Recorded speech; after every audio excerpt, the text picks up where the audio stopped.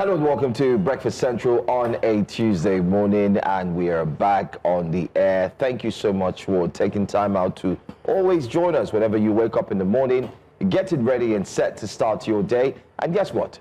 We are here to start the day with you as well. My name is Joe Hansen. Good morning to you. Benga Aborowa, looking all purplish. If there's any today is my royal day. I decided to come out looking purple, and I was hoping to match with Olive because we have this matching thing going on. You know, great minds think. So what happened today that you guys did not match? Wore purple, so we are aligned.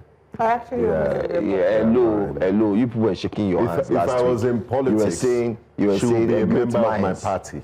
You were saying great minds. You were saying my learned colleague. What happened today? Why didn't great minds think alike? Because I changed my mind. I'm feeling a bit under the weather, so that's why. Okay, we'll come out of the weather. You were purple before. You now changed. You'll be all right. I actually planned to wear purple. But then it was a gown, and I'm not in the mood to be arranging like on top of these people's high stool that is stressing me out. Okay, no vex. Thank you. Hello and welcome to Breakfast Central this morning. If you're watching us from anywhere in the world, you're welcome. This is the right place to start your day. It's morning in Nigeria. If you're watching us from Melbourne, Australia, it's probably evening, and you'll get ready for the night. But we have a lot in store for you today. So many things are happening. There was a fire yesterday, and people thought we have not finished. Because it's as if you are going to the Mexico. No, I'm just preview. Just a little spice. So start again. But my name is Benga Borowa. Yes. El Muncho. You're welcome. All right. And by the way, El Muncho, what led to his arrest was a woman. Beware of that opposite gender, my brother. Trust no woman except your mama. I don't really trust you. Like either you went to Abuja. Yesterday, you didn't even allow us to rest on the show. When I was in Abuja, topic that is not even related to Abuja. When I was in Abuja. Let me go. You know, I want to leave this. You know the paper part. What we just said, welcome to the paper. Hey, what I was in Abuja. You know what? People should just wait. So materialistic. People should just wait. Let me make a mistake, and it's paining me that I cancelled ticket that I bought to go abroad. It's paining me because I really need to go up. No, I'm not going to America. Joe and I will leave this set for you. Wait now. Let me just go to London here. You know, when I come back, the weather here, winter. Anyway, you're welcome. Please, I'm begging you. Don't mention Abuja today. I can walk out of the set. Okay, I'll try not to. Okay. Because it's coming out of my chest.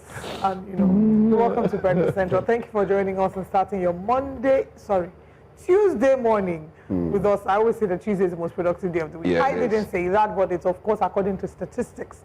And many have argued that it is the most productive day because Monday comes with Monday blues, and there's a lot of tension on Monday. But the edge of starting a new week is taking off after you're done with Monday, and then you can go into Tuesday with all the productivity that you should have mustered for Monday. You're welcome to Breakfast Central.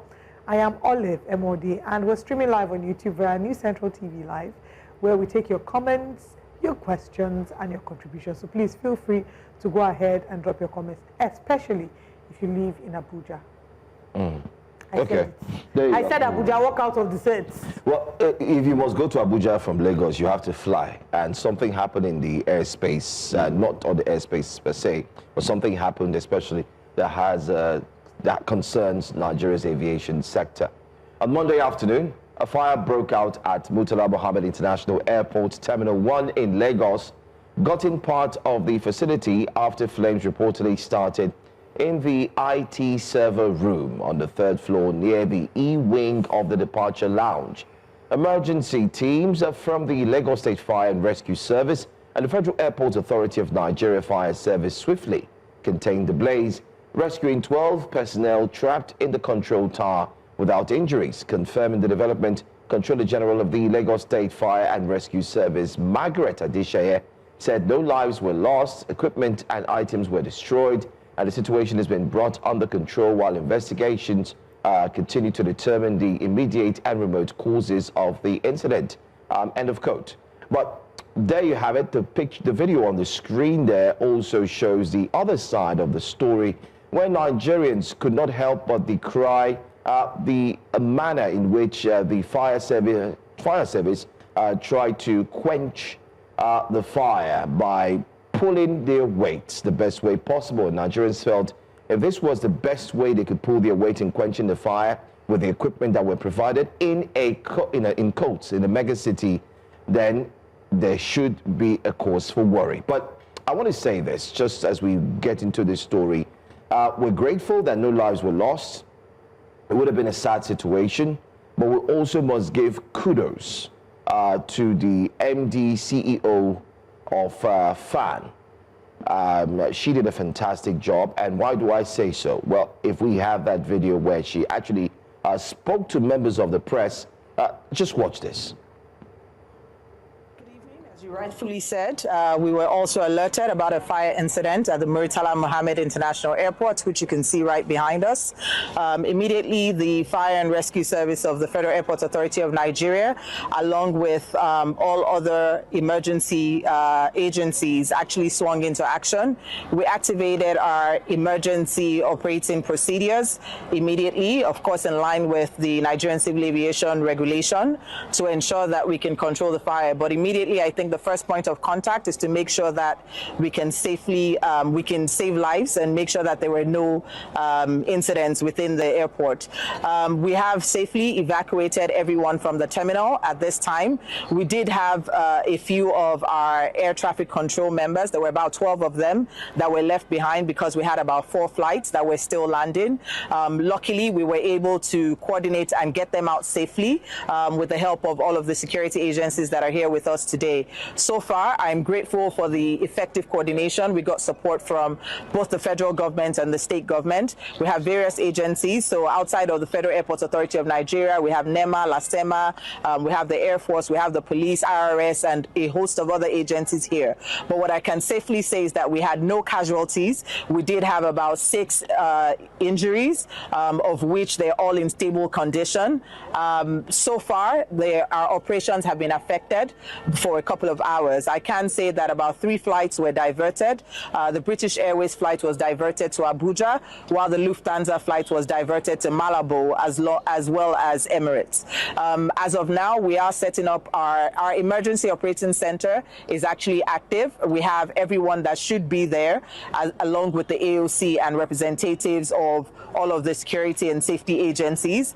We've also started setting up a remote tower. That remote tower should be up in the next 20 minutes and we'll be back to our operations. So we should have flights departing and arriving very shortly as soon as that's set up. In terms of our contingency plans, outside of the EOC, we're also trying to activate our temporary terminal. That should be up and running in the next couple of days as well. Well, the only thing I can say right now is to clap, because they say when things are done properly, we should applaud properly. And I must say this, the MD CEO, Mrs. Olubomi Kuku, is actually, just like you mentioned, a square peg in a square hole. Why do we say so? This is what we expect from our leaders. When you have incidences, the first thing in any country, the first point of call is to address the citizens and give them updates. What we saw from the FAN MD shows that she was well briefed. It was a master class in crisis response. She had the details and information. I mean, sometimes you even start wondering, why don't we even have more women? You know, but anyway, that's a different thing. But you can see the way she broke everything. I don't need to be worried anymore because she has told me every single thing I need to know as a journalist if I were there, or as a Nigerian.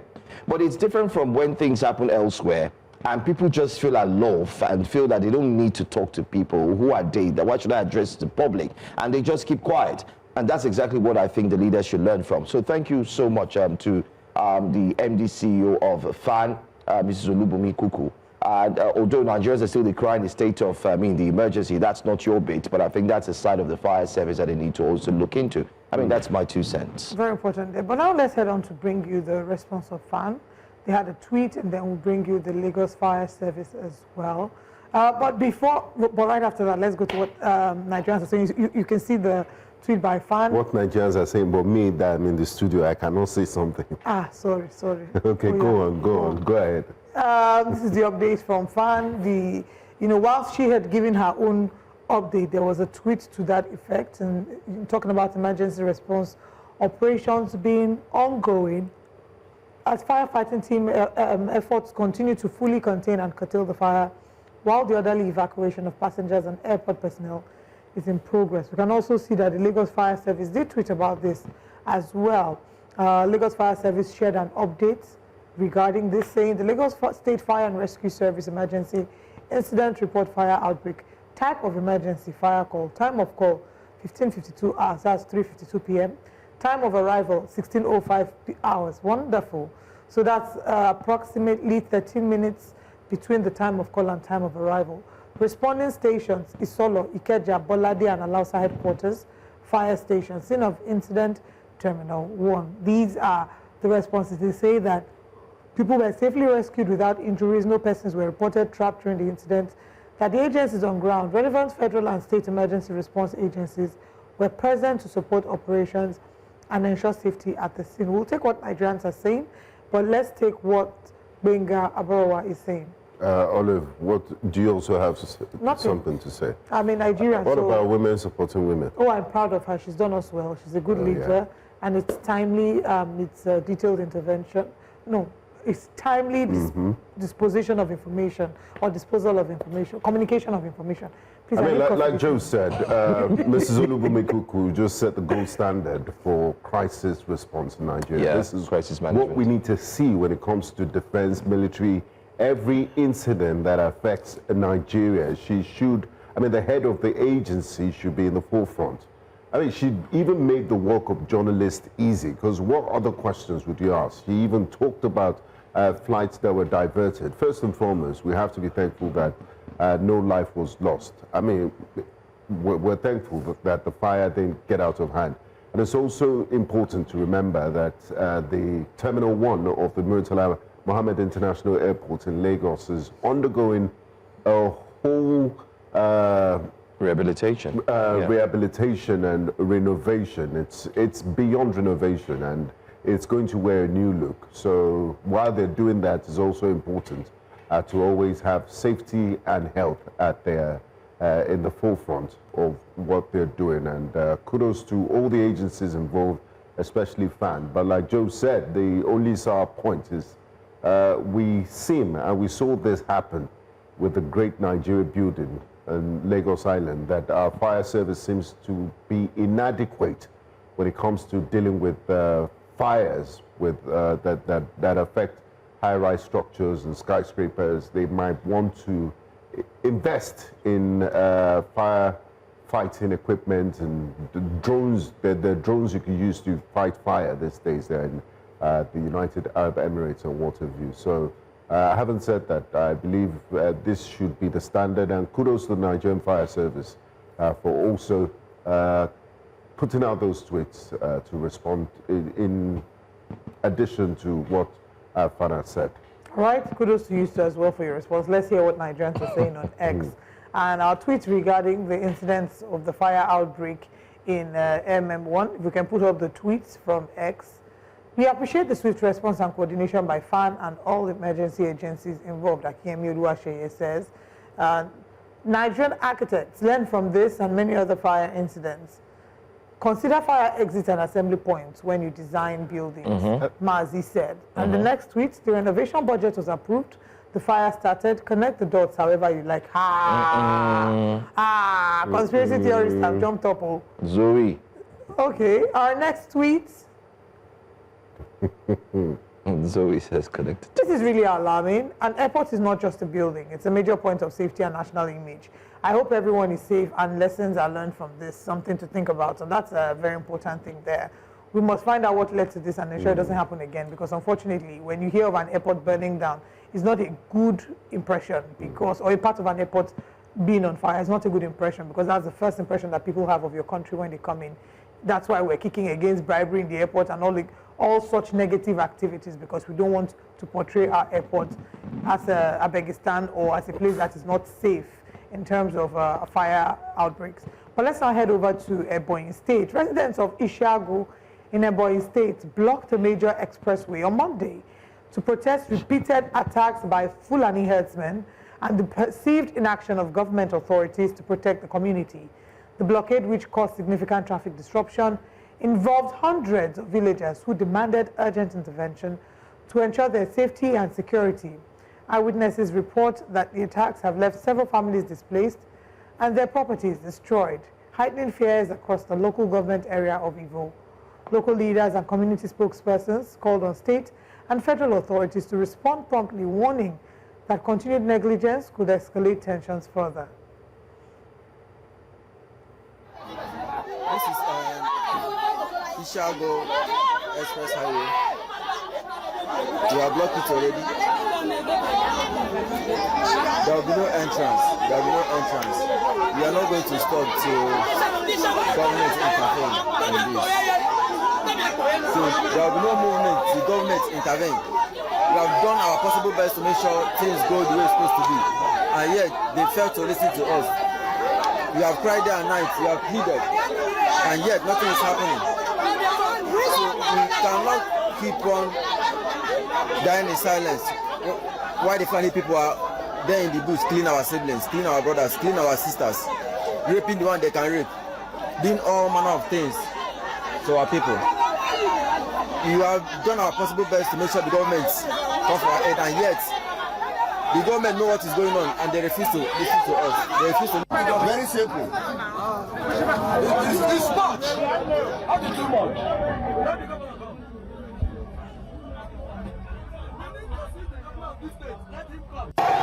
Currently, the community is bleeding. We lost one of our brothers since the night to Fulani herdsmen village. They have been killing. They have been killing. They have never stopped killing. We complained several times, but yet the government failed to come for our aid. Nothing is working. We have done our possible means. We have tried writing to them, and yet nothing happened. But yesterday, it wasn't funny. We lost one of our brothers to Fulani herdsmen. So we have no choice. Since the government have stopped to, since government have never done anything in order to help, so we choose to bring it down to express to federal. And that is the reality of citizens who have felt that the government cannot defend, not who have felt, who have lived a reality where the government has not been able to protect and defend them. This is not the first time we've seen protests in Ebonyi State. The same thing happened sometime in 2023 when women went out to protest. And yet again, history is repeating itself. One of the recent attacks, February 3rd, we saw that Ebonyi residents accused the security of complicity in herdsmen attack. And this happened in Amegu Nkalaha in the Ebonyi State, Ishelu local government area, where they accused security forces of failing to prevent an attack by suspected herdsmen, which left at least 16 people dead. When the government shows that in itself it cannot guarantee the safety and security of citizens, what it does is that it pushes the citizens to the wall. They have gotten to a level of desperation. By the time you get to the point where you're blocking the federal highway and you're protesting, it shows that they have lost total and complete belief, faith, and absolute trust in the government to be able to guarantee their safety and security. And what I would expect is that there's a response from the commander-in-chief, of the armed forces to these citizens. The state of insecurity in Nigeria, buckets in different parts of the country, deserve an actual, town hall meeting of some sort. Something that says to the citizens that, I see you, I understand that we're not folding our hands. If you link this to some of the other reports about insecurity in Nigeria, you will hear about the allegations of payment of ransom by the government in the Papiri case where the students were kidnapped. I mean, these have been released by the Fiji, I believe it's Fiji. Yeah, they quoted AFP. Yes, they did quote AFP as well. So by the time you hear stories like this, what it tells citizens is that you are your own security. So where citizens have to provide their own resources, they have to combat the crazy levels of inflation, they have to provide basic amenities for themselves, and even the housing that they're supposed to at least get some form of relief from the government. They're not able to get that, as the rent relief is, the rent prices are skyrocketed, and they can't even stay in the houses that they paid rent for. They're becoming internally displaced persons.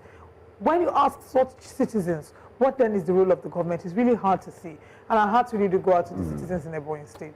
I would like to toe the same line. I mean, my heart goes out to the people in Ebonyi State, and the primary responsibility of any government is to secure the lives of its citizens. That's the basic and the first responsibility. And if a government has failed at that, then it leaves more to be desired. Like Olive did highlight, I mean, this is not just an Ebonyi State situation. It's so bad that, there are multiple incidents of violence in different parts of the country on almost a daily basis. This has gotten to a crisis level. Olive did mention a sort of town hall. I think we've gone beyond talking, and talk is very cheap. What we want to see now is decisive action that is taken against these perpetrators of violence in different parts of the country, these violent extremist groups. You cannot say that you have the full complement of the Nigerian Air Force, Navy, Army, other security agencies, and you can't deal with this resistance. It's really, really terrible. Nigerians want more from their commander-in-chief. Nigerians desire more from those whose responsibility is it to safeguard their lives, and they're really crying. It's at crisis level at this point. It's really sad, Benga. Also really sad to come here every morning. I was saying this to a friend of mine who joined me to work this morning. I said, sometimes it's really tiring to wake up and you know that you're going to talk about this same thing over and over again. We're talking, we have a report package. I hope we take it today, this morning. In Plateau State, people were killed again. They were murdered in cold blood. When I stumbled on the story from our New Central website, and I also stumbled on the pictures in our social, I couldn't help but pause and say, people were lying down like they are animals, like they are cows that you just kill at will. And guess what? Nobody is saying anything. It's business and that's why we're giving plaudits to the FAN MD CEO, Mrs. Olubunmi, because she spoke. But guess what? You will not hear anything from the Nigerian military. You won't hear anything from the presidency. Nobody says anything.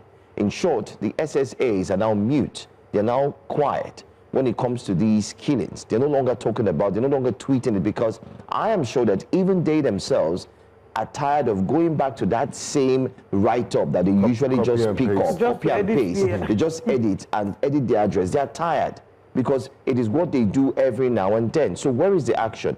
Another thing that I worry about is if you read more about these things, you will see that these people who are crying in Ebonyi State, Honorable Ngufuru, who happens to be the governor of that state, remember there was a clash that happened within the state where people were beheaded, and then he came up and then suspended a few things. Now he has returned normalcy to the area.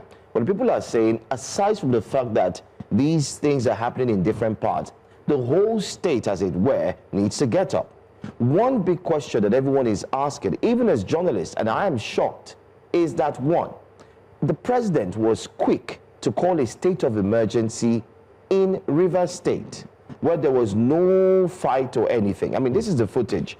There you see people carrying, you know, I mean, we must apologize to our viewers this morning. We know it's a breakfast show, but I mean, we cannot help but keep hiding. No, but we need to be triggered enough to know the reality of what is happening, because we're living in a bubble. A lot of us we're just existing, wake up, living in a bubble. We go to work, you eat, you do everything. These are the realities of your brothers. It's the political class for me. How they just go about business as usual. You know, they sweep this on the carpet. There are defections. There's one party. You know, they're celebrating victory. This person, and this is happening to your fellow countrymen. I think everything should be suspended. If it were other climes, and we've seen it, presidents call off their trips to go home to attend to these issues, and we're not even seeing the sort of numbers we're seeing. I mean, according to the Armed Conflict Location Events data, ACLED, it said Nigeria, I mean, in the last 1 year, the number of casualties of violent extremism is more than so many countries in the Middle East, where you believe there's conflict and wars are happening. And it's such an indictment on us. But we have this ostrich mentality of burying our heads in the sand and, you know, giving ourselves pats on the back that we're doing something about it. We're not. this is beyond a crisis level. I remember when the incident in Yilwata happened, and we thought, oh no, this is it. That something has to be done from this point. You reshuffled, you changed service chiefs. You also changed the defense minister, but it seems like, you know, it's still the same story, which is unfortunate. It's not just the president. Well, I do know that commander, and I said earlier that I want to hear from the commander-in-chief. My own is also, what are the state governors doing? What are they doing? Plateau State that has just been attacked is the same state that is allocating billions. 7.3 billion.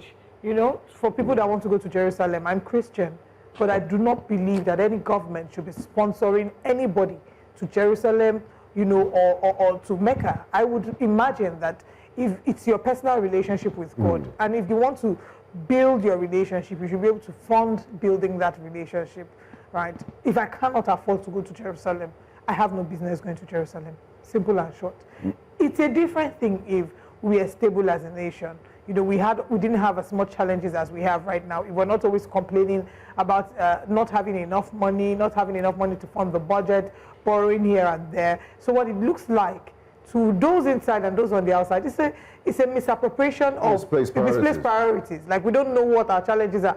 A critical example, as a parent, your child is critically ill, but you're going to buy new shoe. Oh, sure. Or you are deciding that you want to go on holiday, and your child is critically ill. One is really, really ill, then you want to send your other one to America, or you want to send your other one abroad. Like, make it make sense.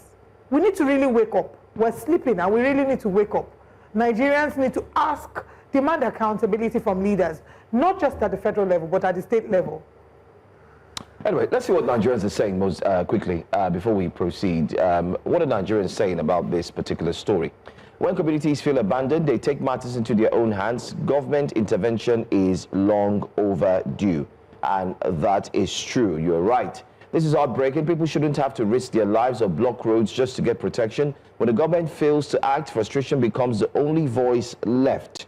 That's another one. Let's take another tweet. Pete Slim says, when will the nightmare come to an end? Every day we wake up, one terrible headsman news or the other. It's draining. And I agree with you. We hear, when we talk about it every morning, every day, it's draining on our mental health. Gozi Vibe says, highway blocked, voices unheard. How much longer will innocent people suffer? That's what he says. What we're going through right now is what seems to know as governance deficit. Governance deficit, I mean, from those who also did government, is a state where the government fails to actually provide the fundamental constitutional rights to its citizens, which is security, safety of lives and property. But there's always, I mean, I'm shocked this incident's happened, because if you travel on highways in Nigeria, there are multiple checkpoints at every That's another angle, Benga. That's a very good angle. Is it that they're deploying policemen to where they shouldn't be? If you move around the Lagos metropolis, yesterday I was just close to where we went to. I saw policemen searching the pockets of young men. You know, it's just harassment. Why are they not sent to the front where this incident happened? Because you're even going too fast. We wrap up this breakup conversation. What happened to the fact that the IGP said he was going to pull policemen from VIPs? They're back. They are everywhere. So are we really serious? You know, if you're going to write this story this morning, I mean, just like we do. I mean, security is part of our front, is on the front burner, is one of the top stories we'll be discussing today, so we'll pay more attention to it. I'm sad we can't take our third wake-up story. Yeah, but just the only comment we can take is Mokwe Chukwemeka saying on YouTube, Nigerians won't be triggered by this. When we're tribalistic and can easily be bought with a can of malt, sad one, Nigeria is in really terrible state.